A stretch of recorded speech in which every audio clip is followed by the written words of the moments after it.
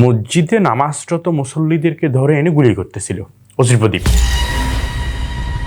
দুইজন চাকমা ডিমি আমাকে ধরছে, উঠে মাত্র উঠে ধরে বলে যে স্যার মাল পাওয়া গেছে। পরে ওসি প্রদীপ আসার পরে আমাকে তার হাতের যে পিস্তলটা সেটা আমার বুকে ধরছে। ওই সিঁড়িঘরের উপরে, 6 তলার যে সিঁড়িঘর আছে সিঁড়িঘরের উপরে আমাকে এইভাবে দুইজন এভাবে ধরছে, একজন এভাবে গলায় এভাবে ধরছে, দেয়ালের সাথে লাগায়। এবার আমার পায়ে পিস্তল ঠেকিয়ে, সে একদম পায়ে পিস্তল ঠেকিয়ে তার হাতের যে পিস্তল, আমার ছবিতে দেখবেন তার হাতের যে পিস্তল ঠেকিয়ে সে গুলি করে দেয়। কয়েকজন পুলিশ আমাকে টেনে হিস্ট্রে সিঁড়িঘর পর্যন্ত আনছে। আনার পরে ওই পুলিশের কাছে ওই গাছের রাইফেল থাকে না, বড় বড় গাছের বাটওয়ালা রাইফেল, ওই রকম একটা গাছের বাট দিয়ে আমার মাথায় সজোর আঘাত করছে। আঘাত করলে আমি ওই আমার মাথায় এই জায়গা দিয়ে আপনি আমার ওই ছবিতে দেখবেন, এই দিয়ে আমার গড়ায় রক্ত পড়তেছিল। তখন মাথায় যখন আগে আঘাত পাই তখন আমি আর স্থির থাকতে পারি না, আমি একেবারে পড়ে গেছি। পড়ে যাওয়াতে ওই 6 তলার সিঁড়ি থেকে আমাকে লাথি মেরে, বন্দুকের বাট দিয়ে মেরে মেরে আমাকে ওই নিচতলা পর্যন্ত আনা হয়েছে। পেপসির বোতল দিয়ে আমার এখানে আঘাত করছিল। আমার এই সেটও 8টা শিলে আছে, আঘাত করছিল। পরে মাথা, এরপরে হকি স্টিক দিয়ে মারছিল। মারার পরে ওরা আমাকে মুমূর্ষ অবস্থায় মৃত ভেবে, আমার ছবিটা আপনি দেখলে বুঝবেন, মৃত ভেবে এর সাংবাদিকরা তুলছিল মনে পড়ে। ওই কনস্ট্রাকশনের গর্তে করে না, ওই সময় বর্ষা মুখর দিন ছিল, কনস্ট্রাকশনের গর্তে পানি জমছিল, ও গর্তে পানিতে আমাকে ফেলে রেখে তারা চলে যায়। পরে পুলিশ হয়তো কোনোভাবে ইনফরমেশন পাই, পুলিশ এসে আমাকে উদ্ধার করে। প্রিয় দর্শক, আসসালামু আলাইকুম। সকলকে প্রীতি এবং শুভেচ্ছা জানিয়ে শুরু করছি মজলুম মানুষের স্মৃতিকথা নিয়ে বিশেষ অনুষ্ঠান মজলুমের জবানবন্দি। আজকে আমাদের স্টুডিওতে একজন অতিথিকে আমন্ত্রণ জানিয়েছি। তিনি হচ্ছেন সাজিদ আবদুল্লাহ, আইনজীবী, চট্টগ্রাম জজ কোর্ট। আপনাকে স্বাগত আমাদের স্টুডিওতে। শুরুতেই জানতে চাই যে 5ই ফেব্রুয়ারি 2013 কি হয়েছিল আপনার সাথে? 5ই ফেব্রুয়ারি 2013 এটা ছিল একটা ঐতিহাসিক দিন। তৎকালীন ফ্যাসিজম সরকার হাসিনা কর্তৃক যে গৃহপালিত যে ট্রাইব্যুনাল বলি, সে আন্তর্জাতিক অপরাধ ট্রাইব্যুনাল, তথাকথিত এই আন্তর্জাতিক ট্রাইব্যুনালের প্রথম রায় ছিল সেদিন। মজলুম জামাত নেতা আব্দুল কাদের মোল্লা ওনার রহিমাহুল্লাহ, ওনার যে প্রথম রায় দেওয়া হয়েছিল সেদিন, ওই রায়কে কেন্দ্র করে আমাদের একটা সাংগঠনিক, আমাদের প্রতি একটা নির্দেশনা ছিল, আমরা একটা বিক্ষোভ প্রদর্শন করব, যেহেতু এটা একটা মিথ্যা প্রপাগান্ডা ছড়িয়ে নিরীহ মানুষগুলোকে একটা জুডিশিয়াল একটা কিলিংয়ের একটা পায়তারা চালাচ্ছিল। ঠিক তদ্রুপ তারা 2013 সালের এই 5ই ফেব্রুয়ারি 12টার দিকে, তারা একটা 12টা সাড়ে 12টার দিকে তারা ওনাকে যাবজ্জীবন কারাদণ্ড দেয়। তার পরিপ্রেক্ষিতে আমরা আমাদের একটা মহানগর ঘোষিত আমাদের একটা মিছিল ছিল, বিক্ষোভ মিছিল, সেটা হচ্ছে বদ্রাট থেকে। তখন আমরা বদ্রাটে যখন আমরা মিছিলের জন্য সবাই একত্রিত হই, ঠিক তো একই টাইমে চাঁদগাঁওর ওই দিক থেকে র্যাবের একটা গ্রুপ এসে আমাদের কিছু বাইকে লাঠি পিটা করে বাদুরতলা দিকে সরিয়ে দেয়। তৎপরবর্তী সময়ে আমরা বিশাল মিছিল সহকারে, আমাদের তৎকালীন মহানগরী সভাপতি মিছিল সহকারে আমরা মুরাদপুরের দিকে আগাচ্ছিলাম, শান্তিপূর্ণ আমাদের মিছিল। ঠিক সেই সময়ে বাংলাদেশের আলোচিত তৎকালীন 5 ওসি কুখ্যাত প্রদীপ কুমার দাসের নেতৃত্বে আমাদের উপর মোহাম্মদের সামনে পৌঁছালে মিছিল এলোপাতাড়ি অতর্কিত গুলি ছালায় আমাদের অসংখ্য ভাই আহত হয়ে, গুলি চালাতে এক পর্যায়ে তাদের গুলি শেষ হয়ে যায়। তখন তারা পিছনে আমাদের সাথে এই যে এখানে এক ধরনের দাওয়া পাল্টা দেওয়া, এবং তারা গুলি শেষ করে তারা চলে যায়। যখন আমরা মিছিল নিয়ে যাই, যে গিয়ে আমরা মুরাদপুর হয়ে যখন আমরা ওই আপনার মির্জাপুরের দিকে ঢুকতেছিলাম, তখন তারা ওসি প্রদীপের নেতৃত্বে থানায় প্রবেশ করে বিশাল আগ্নেয়াস্ত্রের বহর নিয়ে আমাদের উপর আগ্নেয়াস্ত্র দিয়ে একেবারে সরাসরি রাইফেল দিয়ে গুলি করতেছিল। এমনভাবে গুলি করতেছিল আমাদের আশেপাশে অসংখ্য ভাই গুলি খেয়ে মাটিতে লুটিয়ে পড়তেছিল, যার মধ্যে ছিল তৎকালীন ইসলামী ছাত্র শিবির পলিটেকনিক্যালের সভাপতি মাহবুব ভাই সহ অসংখ্য ভাই গুলিবিদ্ধ অবস্থায় পড়ে গিয়েছিল, যাদেরকে আমরা ইনস্ট্যান্ট তুলে হাসপাতালে পাঠিয়েছিলাম। পরবর্তী সময়ে আপনার আমরা মিছিল নিয়ে সামনে আগাচ্ছিলাম, কিন্তু আমাদের এমনভাবে গুলি করা হচ্ছিল যে আমাদের ভাইরা মাটিতে লুটিয়ে পড়তেছিল গুলি খেয়ে গিয়ে। তখন আমরা এক পর্যায়ে রাস্তায় টিকতে না পেরে আমরা দিক বিদিক ছুটাছুটি করি। তো ওই সময়ে কাতালগঞ্জের যে মসজিদটা ছিল, এখন যে মসজিদটা নতুন, তখন ওটা নির্মাণাধীন ছিল। অনেকে পালিয়ে আপনার ওই যে ডেক্স হান্ডি কোম্পানি আছে ওদিকে ঢুকে গেছে, অনেকে চিটাং কিংস অফ চিটাং ক্লাবের পাহাড়ের ওদিক দিয়ে চলে গেছে, অনেকে আবার মসজিদে গিয়ে আশ্রয় নিচ্ছে, উপরে উঠে গেছে, অনেকে আবার যার যার মতো নামাজেও চলে গেছে। তখন আমি ওই দিন ওই এক পর্যায়ে গুলিতে টিকতে না পেরে আমিও পালাই গেছি, যেহেতু আমরা দাঁড়াতে পারতেছিলাম না। আমরা চলে গেছি, চলে গিয়ে আমি একটা বিল্ডিংয়ে আশ্রয় নিয়েছিলাম, বিল্ডিংয়ের 6 তলায়। ওখানে আমার একটা পরিচিত লোক আছে, ওখানে আশ্রয় নিয়েছি 6 তলায়। আশ্রয় নেওয়ার পরে আমি ওখান থেকে দেখতেছিলাম মসজিদে নামাজরত মুসল্লিদেরকে ধরে এনে গুলি করতেছিল ওসি প্রদীপ। আচ্ছা। এবং অন্য অন্য পুলিশ সদস্যরা ধরে ধরে নিয়ে আসতেছিল এবং গুলি করতেছিল। এবং কাতালগঞ্জ মসজিদটা তখন নির্মাণাধীন, 5 তলা পর্যন্ত ছিল। ভবন থেকে গুলি করে করে এবং পিটিয়ে আমাদের শিবিরের ভাইদেরকে তারা নামাইতেছিল, একদম মারধর করতে করতে। সেটা নেতৃত্ব কে দিচ্ছিল? নেতৃত্বে ছিল ওই ওসি প্রদীপই, তৎকালীন 5 লাইশের ওসি প্রদীপ। তখন আমি ওই যে আমার যে 6 তলা ভবন আমি বসে আছি, সেখান থেকে আমি দেখতেছিলাম।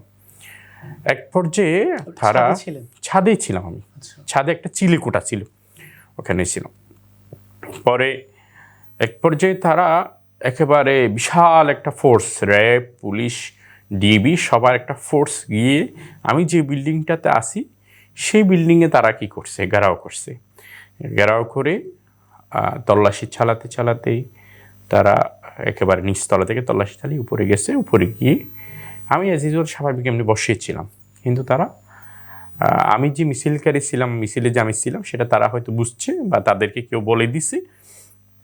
তারা আমাকে সাথে সাথে ওসি প্রদীপ গিয়ে আমাকে প্রথমে 2 জন চাকমা ডিমি আমাকে ধরছে, উঠে ধরে বলে যে স্যার মাল পাওয়া গেছে, এভাবে বলে তাকে কি করছে, ডাক দিছে। সে নিচ থেকে উঠে আসার পরে আপনার সে এসে এর মধ্যে আমাকে ওই করছে, আপনার আমার হাতে হ্যান্ডকাপ পড়াইছে একটা, আর একটা অংশ পড়াইছে আপনার ওই সিঁড়ি, অর্থাৎ সিঁড়িঘর আছে না, 6 তলা সিঁড়িঘরের রেলিং আছে না, রেলিংয়ের সাথে এভাবে আমাকে হ্যান্ডকাপ মারি রাখছে।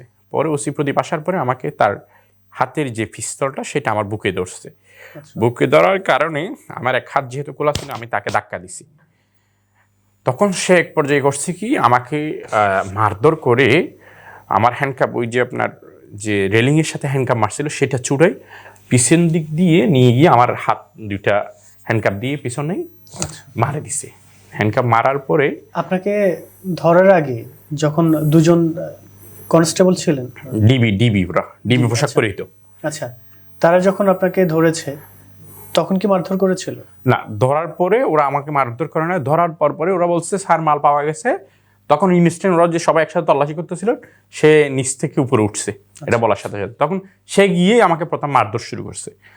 এক পর্যায়ে ওই আমাকে হ্যান্ডকাপ পরানোর পরে পিছন দিক দিয়ে ওই সিঁড়িঘরের উপরে, 6 তলার যে সিঁড়িঘর আছে, সিঁড়িঘরের উপরে আমাকে এইভাবে 2 জন এভাবে ধরছে, একজন এভাবে গলায় এভাবে ধরছে, দেয়ালের সাথে লাগায়। এভাবে আমার পায়ে পিস্তল ঠেকিয়ে, সে একদম পায়ে পিস্তল ঠেকিয়ে তার হাতের যে পিস্তল, আমার ছবিতে দেখবেন তার হাতের যে পিস্তল ঠেকিয়ে সে গুলি করে দেয়। গুলি করার পরে আমি শুধু ওই আমার পায়ের থেকে ফিনকি দিয়ে রক্ত দেয়ালে উঠছে এবং পা থেকে রক্ত পড়ে ওই রক্ত সিঁড়ির একঘর থেকে একঘরে গড়িয়ে গড়িয়ে পড়তেছে। আমি এতটুকু দেখতেছি, আমার পায়ের সেন্স চলে গেছে। তখন আমি পড়ে গেছি। পায়ের সেন্স যেহেতু পড়ে, সাথে আমি ছাদেই পড়ি, অত সিঁড়ি করে, মানে ছাদ এবং সিঁড়ি করে আছে না, ওই যে দরজা একটা যে লোহার দরজার মতো, ওই ছাদের সিঁড়ি করে আমি পড়ে গেছি। পড়ে যাওয়ার পরে আমাকে ধরে টেনে হিসড়ে ছাদের মাঝখানে নিয়ে গিয়ে এক কিনারে নিয়ে গিয়ে আমাকে ছাদ থেকে ফেলে দিবি। তখন ওই যেহেতু গুলির আওয়াজ হয়ে গেছে, যেহেতু সে গুলি করছে, গুলির সাউন্ড পেয়ে নিচে যে সকল সাংবাদিকরা ছিল তারা দ্রুত ক্যামেরা নিয়ে উপরে উঠছে। ওই সময়ের এনটিভি, চ্যানেল 24 আপনি দেখবেন আমাকে নিয়ে আসতেছিল, চ্যানেল 24 ক্যামেরা দেখা যাচ্ছে। তারপরে হচ্ছে দিগন্ত টিভি, দিগন্ত টিভি তখন নিষিদ্ধ ছিল না, দিগন্ত টিভি। এরপরে আমার ছবিগুলো তুলছিল মনে হয় আমার দেশের মিনহাজুর রহমান, ক্যামেরা সাংবাদিক। এরা ওই পরে যখন আপনাকে যখন গুলি করা হয়েছে তখন তো নিশ্চয়ই একটা বড় ধরনের আওয়াজ হয়েছে। হ্যাঁ, পুরো বিল্ডিংটা, ভবনটা কেঁপে উঠছিল। আচ্ছা, তো ওই সময় বিল্ডিং এর মানুষজন, হ্যাঁ ওই সময় বের হয়েছে বলতে ওই সিলিকুটায় যে মহিলাটা ছিল সে এবং তার বাচ্চারা কান্না শুরু করে দিয়েছে চিল্লান দিয়ে, মানে তার গুলির আওয়াজ শুনে। পরে আমাকে ওই বিল্ডিংয়ের ছাদ থেকে টেনে টেনে ফেলে দিচ্ছে, মানে 6 তলার উপর থেকে ফেলে দিচ্ছে। এমন অবস্থায় মিডিয়াগুলো পৌঁছে গেছে উপরে, ছাদের উপরে। মিডিয়া পৌঁছে যাওয়াতে ওই যে চাকমা ডিবিরা আমাকে ধরছিল, ওরা বলতেছে স্যার আপনি মাথা গরম করিয়েন না। আপনাকে টেনে ফেলতেছিল কে? ওসি প্রদীপ একজনই ধরে নিয়ে, ওসি প্রদীপ এবং অন্যরাও সাথে আছে তার সাথে। আমি তো পরবর্তী সেটা যে ওসি প্রদীপ সেটা আমি তাকে চিনি না, আমি পরে এসে চিনতেছি সেটা ওসি প্রদীপ। প্রথমে তো আমি তাকে চিনি নাই, এমনি স্যার বলে আমি এটুকু বুঝছি সে হয়তো বা সিনিয়র কোনো অফিসার, তাকে ডেকেই উঠেছে। পরে সবাই এর মধ্যে আমাকে, আচ্ছা যেহেতু মিডিয়া লাইভ টেলিকাস্ট করতেছিল, তো মিডিয়া চলে আসছে, এই কারণে তারা আমাকে পরে ওসি প্রদীপ ছেড়ে দিছি। কয়েকজন পুলিশ আমাকে টেনে হিস্ট্রে শিরিঘর পর্যন্ত আনছে। আনার পরে ওই পুলিশের কাছে ওই গাছের রাইফেল থাকে না, বড় বড় গাছের বাটওয়ালা রাইফেল, ওই রকম একটা গাছের বাট দিয়ে আমার মাথায় সজোর আঘাত করছে। আঘাত করলে আমি ওই আমার মাথায় এই জায়গা দিয়ে আপনি আমার ওই ছবিতে দেখবেন, এই দিয়ে আমার গড়ায় রক্ত পড়তেছিল। তখন মাথায় যখন আগে আঘাত পাই তখন আমি আর স্থির থাকতে পারি না, আমি একেবারে পুড়ে গেছি। পড়ে যাওয়াতে ওই 6 তলার সিঁড়ি থেকে আমাকে লাথি মেরে, বন্দুকের বাট দিয়ে মেরে আমাকে ওই নিচতলা পর্যন্ত আনা হয়েছে। সংবাদকর্মীদের সামনে সবাই দেখতেছে। আবার এখানে হয়েছে কি, আমাকে যখন নামাচ্ছিল এত পরিমাণ পুলিশ ছিল, সাংবাদিকদেরকে ওরা সরাই দিছে, এত বিশাল পুলিশ ছিল, মানে তাদের ফুল ফোর্স। ওই যেহেতু একটা মারামারি হয়েছে তখন অসংখ্য পুলিশ ওখানে চলে আসছে। পরে গুলি করার পরে ওখান থেকে আমাকে লাথি উষ্টার মাধ্যমে মেরে আনছে। আমার পুরো সিঁড়ি করে আমার রক্ত ছিল। পরবর্তী সময়ে আমাকে নিচে আনছে, নিচে আনার পরে আপনি দেখবেন আমাকে ধরছে, পুলিশগুলো ধরে আমাকে থানা পর্যন্ত পিটাতে নিয়ে গেছে। নিয়ে যাওয়ার পরে আমি থানায় গিয়ে দেখতেছি আমাদের অসংখ্য ভাই পরিচিত যাদেরকে গুলি করে ফেলে রাখছে। এবং আমার সামনে আমাদের একজন কবির ভাই ছিল, ওনাকে মারছে যে ওই রাইফেলের বাট দিয়ে এদিক থেকে মারছে যে ওনার এই হাতের যে জয়েন্ট, এই হাড্ডি এটা বের হয়ে গেছিল, হাড্ডি বের হয়ে গেছে, এভাবে মারছে। তারপরে আমাদের ইসমাইল রাসেল ছিল, তাকেও পায়ের পুরো হাড্ডি দুভাগ করে দিয়েছিল, ভেঙে ফেলছিল মেরে। তানজিম আল হাসান নামে একটা ছেলে ছিল, আমার একসাথে গুলি করছে তাকে এখানে গুলি করছে। তার পেট ছিদ্র করে, প্রস্রাবের থলি ছিদ্র করে তার পেটের মধ্যে গুলি চলে গেছিল তানজিম আল হাসান। পরে আমাকে ওই থানায় নিয়ে গিয়ে করছে কি, তার ওই ওসি প্রদীপের রুমে নিয়ে গেছে, এক জায়গায় রাখার পরে ওসি প্রদীপ আসতে পরে ওর রুমে নিয়ে গেছে। ওর রুমে টাইলস করা ছিল, আমাকে যখন রাখছে আমার মাথার রক্ত আর পায়ের রক্ত আমাকে যেখানে শোয়েছে ওই জায়গায় আমার রক্তের উপরে আমি ওই মানে একেবারে পিচ্ছিল অবস্থা হয়ে গেছে আর কি, যেহেতু নিচে টাইলস।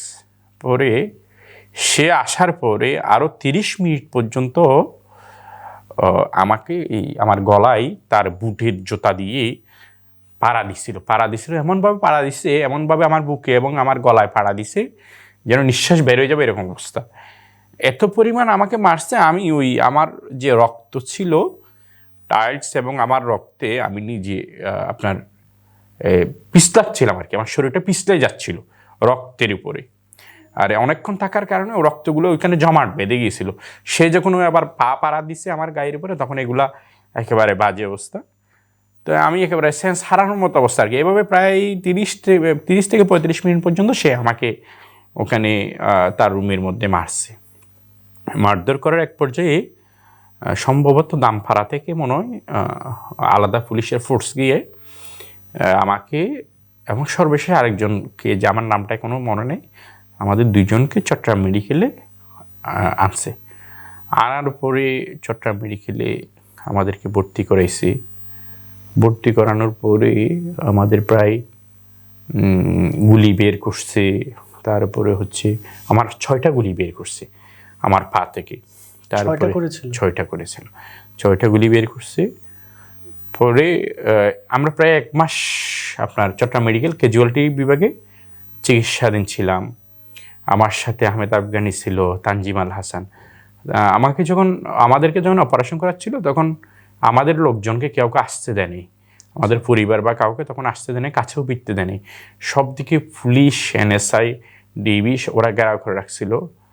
এবং ওই তানজিম আল হাসান যে ছেলেটা ছিল, ডক্টর তাকে বলতেছিল, বলে যে আপনি তো আপনার গার্ডিয়ান লাগবে, আপনার অপারেশনটা আমরা আপনি করতে পারবো না। তার কারণ হি ওয়াজ ক্রিটিক্যাল।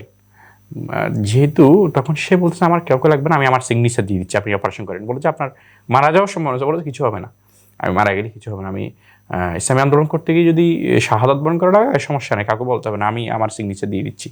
আমার মনে আছে ডক্টর ছিল ডক্টর কামাল, অত্যন্ত ভদ্রলোক। উনি রিক্স নিয়ে অপারেশন দীর্ঘ 2বার করে তাকে অপারেশন করে কারণ তার গুলিটা নাকি নড়াচড়া করতেছিল, পাওয়া যাচ্ছিল না, প্রস্রাবের থলি থেকে তার গুলিটা বের করছিল। এইভাবে আমাদের এই যে প্রায় আমার মাথায় 19টা সেলাই হয়েছিল।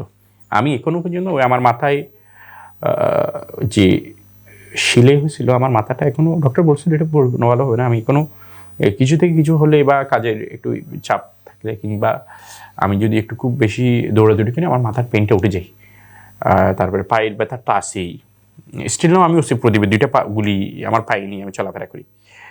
আমার 2টা গুলি এগুলো জয়েন্টে আছে। ডক্টর বলছে এগুলো যদি আমি বের করতে যাই আমার জয়েন্টটা কাটতে হবে, জয়েন্টটা কাটলেই আমার জয়েন্টটা আগের মতো ফেরত আসবে না। এই কারণে বলছে যতদিন আসতে থাকুক, যদি জয়েন্ট নষ্ট হয়েছে তাহলে আপনাকে আর্টিফিশিয়াল জয়েন্ট লাগাইতে হবে। তো এইভাবেই আমরা প্রায় অনেক দিন চিকিৎসাধীন ছিলাম, প্রায় 1 মাস চট্টগ্রাম মেডিকেলে আমরা 6-7 জন। এরপর আমাদের মধ্যে একটা আব্দুল ফাত্তা ছিল, তাকে ঢাকা পঙ্গু হাসপাতালে ট্রান্সফার করছিল। ইন দ্য মিনটাইম আরেকটা হয়েছিল কি, আমাদের এত পরিমাণ আঘাত করছিল আমি মারা গেছি এরকম একটা নিউজ হয়ে গেছিল। আচ্ছা, ওই দিন আবার আমাদের শহীদ আবিদ বিন ইসলাম, তাকে দেওয়ানহাটে মেরে তার চোখ তুলে নেওয়া হয়েছিল। তারপরে শহীদ ইমরানকে আপনার অলঙ্কার মোড়ে পুলিশ বক্সের ওখানে একেবারে তার মাথায় কাছ থেকে রাইফেল দিয়ে গুলি করে তার মাথার মগজ বের করে ফেলা হয়েছিল। ওই দিনই মারা গেছে। পরে সন্ধ্যায় নিউজ হয়ে গেছিল আমিও মারা গেছি, সেন্সলেস ছিলাম, জানতাম না। পরে যাই হোক আল্লাহ সুবহানাহু ওয়া তাআলা আমাদেরকে বাঁচিয়ে রাখছে। এরপরে সে আমাদেরকে এই ওসি প্রদীপ কুমার দাস, সে আমাদেরকে রাতের বেলা সে আবার গেছে সিভিলে গিয়ে আমাদের ছবি তুলছে, আমাদেরকে ভয় দেখাইছে বিভিন্ন ধরনের। আমরা তো তখন আসলে হিতাহিত জ্ঞান ছিল না। তো কিরকম ভয় দেখিয়েছে? মানে সে এই করবে, মানে বিভিন্ন ধরনের হুমকি আমাদেরকে গিয়ে দেখছে। আমি আসলে এত কিছু বুঝতে পারিনি। আমাদের মধ্যে কয়েকজন সেন্স ছিল, তারা বলে যে ওসি প্রদীপ রাতে আসছে। আমি কিন্তু আমাকে যখন ক্যামেরা করতেছিল তখন আমি ওই ক্যামেরার রিফ্লেকশনটা দেখে আমি চোখ পাকাইতে গেছিলাম যে তখন তার ওই যে সে নারকী চেহারাটা আমার মধ্যে বেশি উঠছে। এটাই হচ্ছে তার অবস্থা। পরে এই 1 মাস চিকিৎসাধীন থাকার পরে আমাদেরকে গ্রেপ্তার দেখাইছে এই বলে যে আমাদের সাথে নাকি বন্দুক যুদ্ধ হয়েছিল, যেটা ওসি প্রদীপের সচরাচর নেচার ছিল। যে আপনি জানেন টেকনাফে 161টা ক্রসফায়ার দিছে উইদাউট এনি জাস্টিস। সে তারই ধারাবাহিকতায় এইগুলোকে সে বন্দুকযুদ্ধ বানাতো। আমাদেরকে এরকম বন্দুকযুদ্ধ বানিয়েছে, বন্দুকযুদ্ধ বানিয়ে আমাদেরকে অস্ত্র মামলার আসামি করেছে, অস্ত্র মামলা দিছিল, বিস্ফোরক মামলা দিছে, ভাঙচুর দিছে, এরকম 4-5টা মামলা দিয়ে আমাদেরকে কী করছে, আদালতে পাঠাইছে।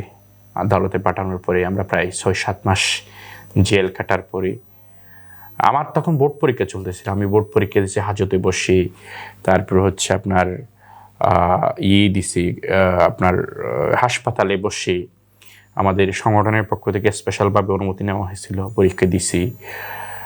পরে আমি প্রায় 7 মাস জেল কেটে বের হয়েছি।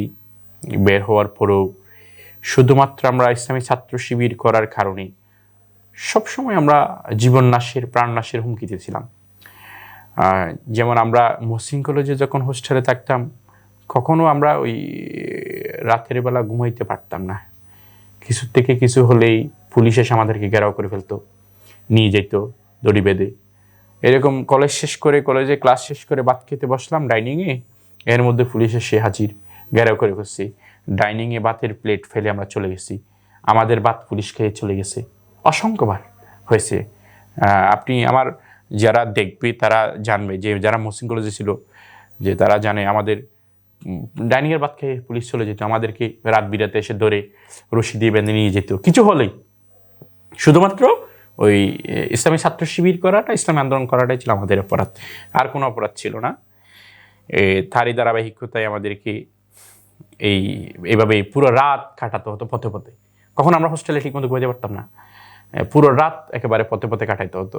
আবার এমনও হতো এদিকে পুলিশ আসছে, আমরা জঙ্গলে গিয়ে বসে থাকতাম, জঙ্গলে মশার কামড় খেতাম। এমন দিন আমাদের মনে আছে যে খুব মশা, মহসিন কলেজের পিছনে আপনি খেয়াল করবেন কিনা জানি না, ডাকবাংলোর পাশে, পেট্রো বাংলার পাশে অসংখ্য পাহাড়, ওই পাহাড়ে গিয়ে আমরা বসে থাকতাম। ওদিকে পুলিশ তল্লাশি চালাচ্ছে বা পুলিশ আসতেছে বা আসছে, ঘেরাও করে ফেলতো পুরো ক্যাম্পাস। আমরা তখন পাহাড়ে গিয়ে অবস্থান নিতাম, পালাইতেও পারতাম না। পরবর্তী সময়ে আমরা এই জঙ্গলের মধ্যে আমরা রাত কাটাই দিছি, তারপরে সারা রাত পথে পথে কাটাই দিছি, সকালবেলা এসে ক্লাস করছি। এই ছিল হচ্ছে আমাদের মূলত আসলে সাংগঠনিক জীবন আর কি। আমরা ইসলামী ছাত্র শিবির যারা করছে তারা জানাই, আমরা তো আসলে পাহাড়ে ছিলাম, মহসিন কলেজে থাকতে তো পাহাড়, আমরা ওই নিচ থেকে উঠতে আমরা পালাই যেতে পারতাম, আমরা সরে যেতে পারতাম। কিন্তু ওই চিরাঙ্গলে যারা ছিল তাদেরকে তো এসে মাত্র ঘেরাও করে ধরে ফেলতো, নিয়ে যেত। তো এইভাবেই আমাদের উপর এত পরিমাণ নির্যাতন করছে যেটা বলার বাইরে। যেমন আমাদের সাথে কয়েকজন ভাইকে রিমান্ডে নিয়ে গেছিল, তাদেরকে ওসি প্রদীপ কুমার দাস এমনভাবে পিটাইছিল, এমনভাবে মারছিল ওদেরকে। পরে যখন রিমান্ড শেষ করে আনতো, তখন এই হাতগুলো নাড়াচাড়া করাইতে পারতো না, এইগুলোকে আমাদেরকে ওই তেল মালিশ করতে হইতো। তারপর হচ্ছে বল দিত ডাক্তার। আমাদের 2জন ভাইকে তো রিমান্ডে নিয়ে গিয়ে ওসি প্রদীপ ওই মরিচের গুঁড়ো এবং লবণ মিক্স করে চোখ বেঁধে রাখছিল, চোখগুলো এত বড় বড় হয়ে গেছিল। এরকম ভয়ানক নির্যাতন চালাতো। ওয়াটারপ্রুফ নামে একটা রিমান্ডে এত পরিমাণ স্পিডে পানি মারতো, আপনার শরীরের মানে নাক কান দিয়ে ঢুকে, মুখ দিয়ে ঢুকে নাক কান দিয়ে বের হইতো, এরকম অবস্থা। তারপরে যে ভাসঢলা যেটা বলে, এটা আসলে যারা রিমান্ডে গেছে তারাই ভালো জানবে, যে আমাদেরকে যখন ওই আপনার রিমান্ডে নিয়ে যেত, তখন এভাবে পিসমোড়া দিয়ে বেঁধে এখানে বাঁশ ঢুকে দিত। বাঁশ দেওয়ার পরে বাঁশ বা গাছ দুই পাশে পুলিশ এসে 2জন 4জন ওই গাছের উপরে পাড়া দিয়ে এই হাতগুলো একেবারে পুরো অবশ করে দিত। এভাবে করে ওরা রিমান্ডে নির্যাতন করতো। মানে বিরোধী দলীয় যে ইসলামী ছাত্র শিবির বা জামাত ইসলামী যারা রাজনীতি করছে, কিংবা বিএনপি যারা করছে, সবাইকে এই পরিমাণ নির্যাতন আওয়ামী ফ্যাসিজম সরকার আমাদের উপর করেছে। একটু পেছনে যাই, এই যে আপনাকে যখন সেই ছাদের উপর গুলি করা হয়েছিল, তখন আপনার মানে কেমন বোধ করছিলাম ভিতরে, মানে কেমন লাগছিল আপনার? আসলে ওই আমি আপনাকে বললাম না, যখন আমাকে গুলি করছে আমি শুধু এতটুকুই দেখছি যে আমার পা থেকে রক্ত ফিনকি দিয়ে দেয়ালে উঠে গেছে এবং পায়ের রক্ত গড়িয়ে গড়িয়ে সিঁড়ির এক থাক থেকে অপর তাকে যাচ্ছে। আমার পায়ের সেন্স হারিয়ে ফেলছি, তো আমার কোষগুলো কাজ করতেছিল না। মানে আমি যেন একেবারে আমি বিভৎস হয়ে গেছি, আসলে কি হয়ে এলো আমি বুঝতে পারিনি। তো আমাকে গুলি করার পর আমি আমার 2 হাত দিয়ে ওই যে রেলিং আছে না, আমি রেলিং মানে ধরার ট্রাই করতেছিলাম, কিন্তু আমার তো ওই পিস মোড়া দিয়ে হ্যান্ডকাপ পরাই ফেলছে। আমি চাচ্ছিলাম যে ওই পিছন থেকে আমি কি করতে, আমার রেলিংটা ধরে আমি অন্তত কি করার জন্য শক্ত হয়ে মানে দাঁড়ানোর জন্য, কিন্তু আমি আমার পায়ের কারণে আমি আর পারতেছিলাম না। আমার পায়ের সেন্স হারিয়ে ফেলছি, গুলি করার সাথে সাথে আমার পায়ের সেন্স চলে গেছে। আপনার পরিবার মানে কখন জানতে পেরেছিল? আমার পরিবার ওই চট্টগ্রাম মেডিকেলে যখন আনছে তখন পুলিশ তো আসলে এত পরিমাণ পুলিশ কেউ ইয়ে করতে পারতেছিল না। আবার আমাকে যখন চট্টগ্রাম মেডিকেলে মেইন গেটে এমার্জেন্সিতে আনছে তখন আবার ওই যে এনটিভি এবং বিভিন্ন চ্যানেলগুলো দেখে আমার গ্রামের বাড়ি, এরপর এখানে আমাদের দায়িত্বশীল তারা এনশিওর হয়েছে যে আমাকে গুলি করা হয়েছে। পরে আমি ওই আপনার যখন ডক্টরদের ওই ইয়েতে অপারেশন রুমে আমাকে ওটি রুমে যখন ঢুকাইছে, এর বাইরে তো আসলে পুলিশ এত বেশি যে কারোর সাথে কেউ যোগাযোগ করতে পারছে না। তখন একজন ডক্টর আমাকে বলতেছিল আপনার তো রক্ত লাগবে, গার্ডিয়ান কেউ আছে কি না, কাকে কী করা যায়। তখন আমার আব্বার নাম্বারটা আমার মুখস্থ ছিল, আমি আব্বার নাম্বারে ফোন করছিলাম, আব্বাকে বলছিলাম যে আমাকে গুলি করছে আজকে মিছিলে, এটা আমি আমার বাবাকে বলছিলাম। তো বাবা সাথে সাথে হচ্ছে যে আপনার রাতের বেলা, বাবাদের গ্রামে ছিল, বাবার সাথে সাথে রাতের বেলা ওই চলে আসছিল আর কি, বুঝতে পারছি কিটা। এরপরেও আসলে অসংখ্যবার এরপরেও আমাকে ওই আপনার জিসি মোড়ও একবার ছাত্রলীগ ধরে প্রচুর মারছিল, মৃত ভেবে তারা ফেলে রেখে চলে গেছিল। 2016 সালের ঘটনা, শিবির করি বলে। এরকম আসলে শিবির করার কারণে কিরকম ছিল? এটা ছিল আমি ওই ছিল আপনার রমজান মাস ছিল 2016 সালের জুন, সম্ভবত জুনের 10 তারিখ হবে, 16 রমজান জুনের 10 তারিখ। আমি ওই তারাবি নামাজ পড়ে আসতেছিলাম, ওই সময়ে আপনার জিসির মোড়ে আমাকে নামাজ শেষে যখন আসতেছে আমাকে দেখছে কিছু ছাত্রলীগের ছেলে, আমি ওদেরকে বুঝতে পারিনি। ওরা আমাকে সাথে সাথে দৌড়ে নিয়ে গিয়ে বাটাগুলিতে আপনার হকি স্টিক। যে শিবির করতেন সেটা তারা কিভাবে জানতো? শিবির করতাম এটা জানতো হচ্ছে ওই আমি মহসিন কলেজে প্রকাশ্যে মিছিল মিটিংয়ে গেছি, তারপর হচ্ছে শিবির করা অবস্থায় আমার ফেসবুকে শিবির বা জামাত শিবিরকে সমর্থন করে পোস্ট করতাম। তারপরে আপনার এই যে শিবিরের বিভিন্ন মিছিল মিটিংয়ের সামনে থাকতাম, এরপরে হচ্ছে শিবিরের পক্ষে লেখালেখি করতাম। তারপরে হচ্ছে আপনার আর বিশেষ করে আমাদের সাথে তো আসলে যারা ছিল অনেকে হয়তো আমাদের ভাবধরত, অনেকে মোনাফিক টাইপের অনেকে ছিল না, কেউ ইনফরমেশন হয়তো বা লিক করছে, ইনফরমেশন দিচ্ছে যে অমুক শিবির করে বা অমুকের দৌড়, এরকম হতে পারে। পরে আমাকে ধরে আপনার ইয়েতে বাঠাগুলি, জিসিমুর বাঠাগুলিতে নিয়ে গিয়ে রাতের 11টা পর্যন্ত 3টা পর্যন্ত পিটেছিল আমাকে, হকি স্টিক। তারপর হচ্ছে কোনো লোকজন ছিল না? লোকজন ওদের ভয়ে এখানে আসতে পারতো না, ওদের একটা বিশাল গ্যাং ছিল, আওয়ামী লীগের ছাত্রলীগের বিশাল গ্যাং ছিল তৎকালীন সময়ে। আরশাদুল আলম বাচ্চু ছিল না, আমি স্কুলে আরশাদুল আলম বাচ্চু উপস্থিত ছিল। ওরা আমাকে এই পরিমাণ মারছে, আমার এখানে ওই যে পেপসির বোতল আছে না, কাচের বোতল, পেপসির বোতল দিয়ে আমার এখানে আঘাত করছিল। আমার এই সেটও 8টা শিলে আছে, আঘাত করছিল। পরে মাথা, এরপরে হকি স্টিক দিয়ে মারছিল। মারার পরে ওরা আমাকে মুমূর্ষু অবস্থায় মৃত ভেবে, আমার ছবিটা আপনি দেখলে বুঝবেন, মৃত ভেবে এর সাংবাদিকরা তুলছিল মনে পড়ে, ওই কনস্ট্রাকশনের গর্তে করে না, ওই সময় বর্ষা মুখর দিন ছিল, কনস্ট্রাকশনের গর্তে পানি জমছিল, ও গর্তে পানিতে আমাকে ফেলে রেখে তারা চলে যায়। পরে পুলিশ হয়তো কোনোভাবে ইনফরমেশন পাই, পুলিশ এসে আমাকে উদ্ধার করে চট্টগ্রাম মেডিকেলে এনে ভর্তি করায়। পরে পুলিশ আমাকে ভর্তি করানোর পরে শিবির এটা জানার পরে তারা আবার আমাকে উল্টা মামলা দেয়, কুলসি থানা থেকে একটা মামলা দিয়ে আমাকে আবার সুস্থ হওয়ার পরে আবার চালান করে দেয়। তো না, আমাকে মারলো, আমাকে আবার চিকিৎসা দিয়ে ভালো করে আমাকে গ্রেপ্তার করে আবার আমাকে জেলে পাঠাইলো, আবার রিমান্ডও চাইলো আমার 5 দিন কি 7 দিনের রিমান্ডও চাইলো। তো এইভাবেই আসলে ইসলামী আন্দোলন করার কারণে আমাদের উপর এভাবেই নির্যাতন নিপীড়নগুলা চালিয়েছে আর কি তারা। আর কোনো অপরাধ আমাদের ছিল না। আমাদের নেতৃবৃন্দরা যেভাবে বিনা অপরাধে শাহাদতের রশি গলায় নিয়ে চলে গেছে, আমাদের উপরে এরকম হয়তো আল্লাহ সুবহানাহু ওয়া তাআলার কোনো কিছু করানোর ইচ্ছা ছিল যে আল্লাহ সুবহানাহু ওয়া তাআলা আমাদেরকে বাঁচিয়ে রাখছে, কিন্তু আমাদের নেতৃবৃন্দরা তো চলে গিয়েছেন, এটা আল্লাহ সুবহানাহু ওয়া তাআলা তাদেরকে কবুল করেছেন। কিন্তু শুধুমাত্র ইসলামী আন্দোলন করার কারণে আসলে আমাদেরকে এই পরিমাণ নির্যাতন নিপীড়ন রক্তের উপর দিয়ে আমাদেরকে এতটুকু আজকের পর্যন্ত আমরা আসছি আর কি। আল্লাহর কাছে শুকরিয়া, আল্লাহ সুবহানাহু ওয়া তাআলা আমাদেরকে আসলে জালিম কখনো চিরস্থায়ী হয় না। যেটা আমরা বারবার ফেরাউন নমরুদের উদাহরণ দিতাম, সেটা চিন্তা করি নেই। হাসিনা আসলে যেমন অবস্থা বাংলাদেশে সৃষ্টি করেছিল, যে টপ টু বটম গ্রামের চৌকিদার থেকে সচিবালয় সচিব পর্যন্ত সে তার লোক নিয়োগ করেছিল। কিন্তু আল্লাহ সুবহানাহু ওয়া তাআলা এত যে করুণভাবে তার পতন ঘটাবে, এটা আল্লাহ সুবহানাহু ওয়া তাআলা করাবে, এটা আমরা চোখে দেখবো, এটা আশা করিনি, কিন্তু আল্লাহ সুবহানাহু ওয়া তাআলা আমাদেরকে দেখিয়েছেন।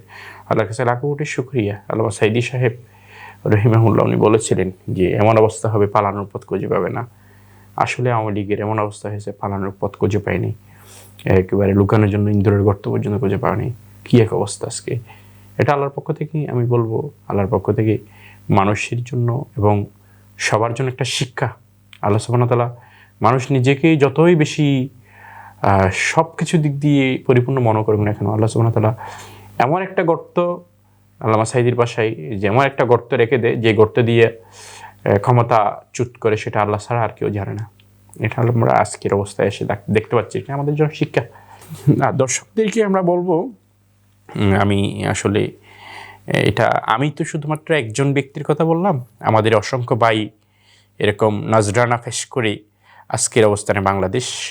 সুতরাং আল্লাহ সুবহানাহু ওয়া তাআলা কোরআনে বলেছেন, ওয়ালা তাহিনু ওয়ালা তাহজানু ওয়া আনতুমুল আ'লাউনা ইন কুনতুম মুমিনিন, যে ভয় ভীতি পাওয়ার কোনো কিছু নেই, মুমিন বিজয়ী হবে ইনশাআল্লাহ।